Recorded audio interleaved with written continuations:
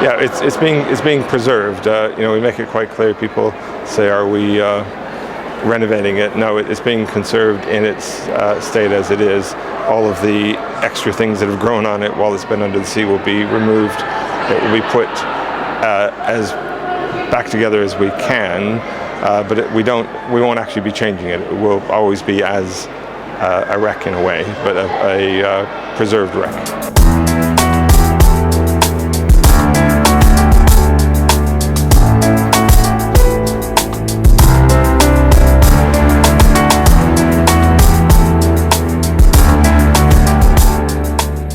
Arrived at the scene on Monday, and we've been assessing the aircraft through Tuesday.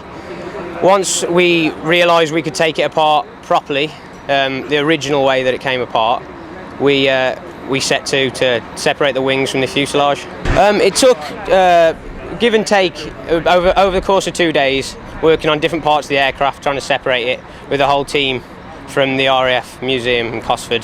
The conservation plan, I think, it needs to stabilise in the polytunnels first, and then there'll be after that there'll be some form of conservation plan for getting it ready for display in Hendon. The thing with conservation is you always find things you never expected, and I think to put an actual time limit on it would be wrong. You want to do it right, and you want to get it the best it can be before it goes on display to the public.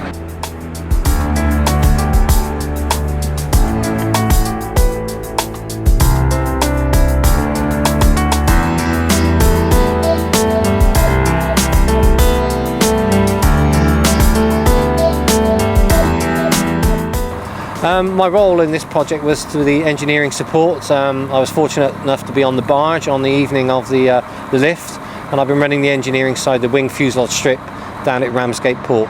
Once we've got her unloaded, it's to get her into the polytunnels. Polytunnels are designed to do the conservation side of it for us. It's a citric acid mixed with water, pH balanced, and that's designed to remove the nasties from the salt water environment, from the metal elements in the aircraft. What we're watching for is the crustaceans on it to disappear. That will be the first thing, and then we're going to monitor the runoff water. It's a recyclable system, so in the return lines, just before it gets to the filter, we're going to take samples, and then we're just going to monitor the samples.